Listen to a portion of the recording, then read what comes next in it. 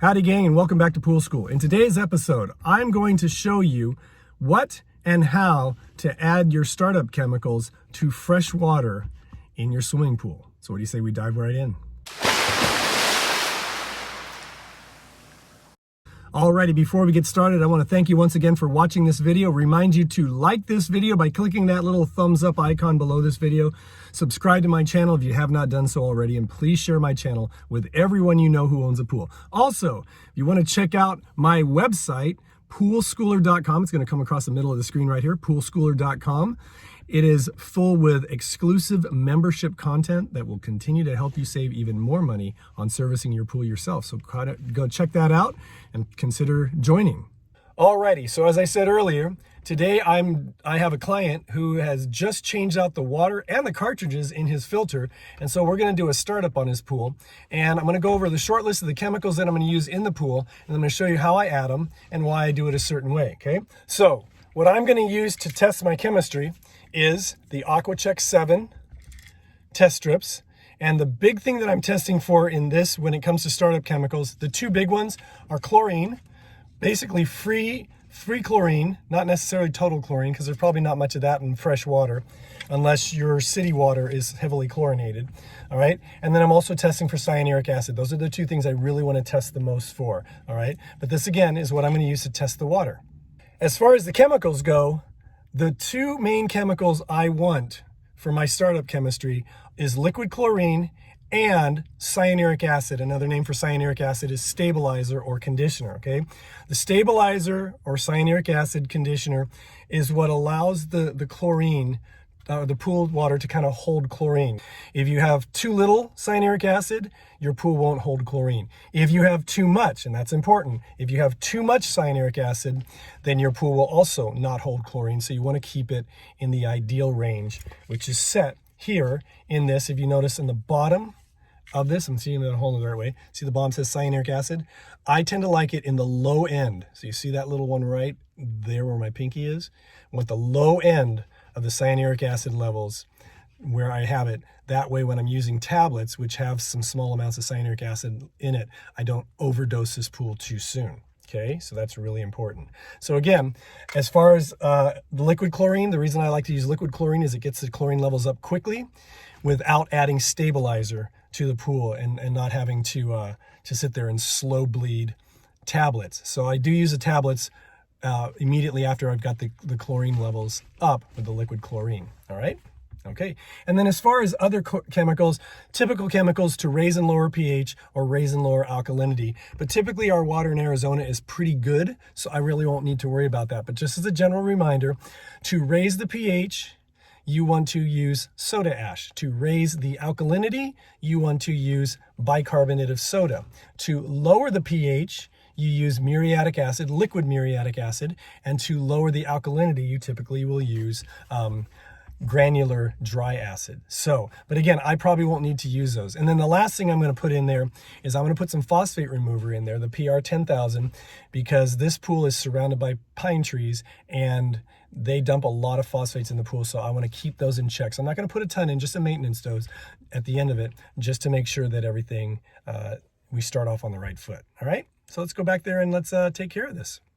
Alrighty, so I'm at my client's pool and fresh water in the pool. It looks good. So I'm going to do a quick test, and I'm going to expect that my chlorine levels are going to be pretty low. But let's see what we got here. Okay, so I've dipped my test strip in, and again, I'm comparing it here. Obviously, my water is pretty hard. Okay, chlorine level, free chlorine, total chlorine, almost zero. But notice my pH. My pH is about where it needs to be. It's at the low end of 7.2 right there. My alkalinity is a little high. I'm not going to worry about that one. But my cyanuric acid obviously is at 0. Okay, so those are the things I'm going to do. So I'm going to add my cyanuric acid first.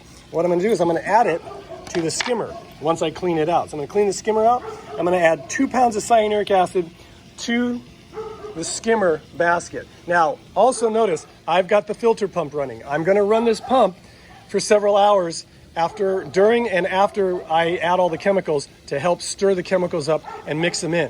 All right, so first thing, 2 pounds cyanuric acid in the skimmer once I clean it out. Alrighty, so I've added the cyanuric acid and it's in there. You can see it down in there. And because, again, there's circulation, that's going to rapidly dissolve that cyanuric acid and distribute it around the pool. Now, there's a lot of people who say, well, don't put it in the skimmer basket because it'll erode the skimmer basket.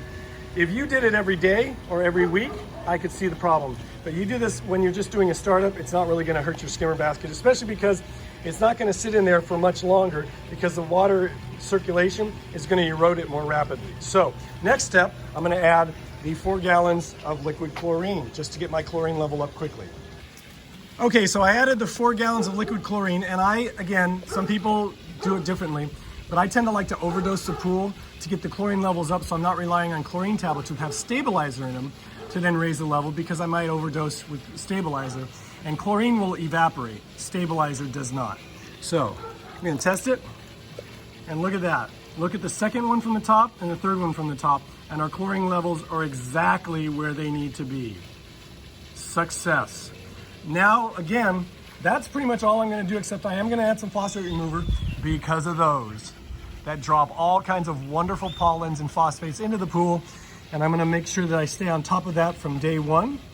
And that's pretty much all I'm going to do for this pool, because I don't need to adjust the pH or alkalinity because the water is where it's at and it's all good. Alrighty, so I put 8 ounces of phosphate remover in this pool just as a maintenance dose. Not to try to kill phosphates, because I'm hoping that this pool literally just filled up last night, so it shouldn't have a bunch of phosphates. But you notice that cloudiness, that's a phosphate remover. And again, I use PR 10,000 made by Orenda, and I really like it. So that is it for this pool. And again, if the pH and alkalinity were off, I would adjust those accordingly. So I'm gonna let this pool run for a couple hours. It'll mix the chemicals up really good. And then we're set to go. And now it's just about basic weekly maintenance. Alrighty, gang, so that is my video on how to add startup chemicals and what startup chemicals to add to your pool. I hope it made sense. If you have any questions or comments, remember, you can always put them in the comment section below this video, or if you want, you can email me directly, and my email address is going to come across the bottom of the screen as always. It is kennypoolschool@gmail.com. Once again, kennypoolschool@gmail.com. I want to thank you all for watching. Remind you to like, subscribe, and share this video. Please check out my membership website, poolschooler.com. And if you'd like to make a donation to my channel because it saved you a bunch of money, I'm actually producing and directing a travel series that we're going to put on Amazon Prime, and I'm taking donations to help fund it. If you'd like to donate to my project, please check on the link or click on the link in the description below this video, and it's tappingtheworld.com, and check out what I'm doing. And if you want to donate, you can donate. So I want to thank you once again for watching, and as always, remind you to have fun, be safe, and always, always, always watch those kids and elderly folk and pets around water. And I'll see you next time. Bye-bye.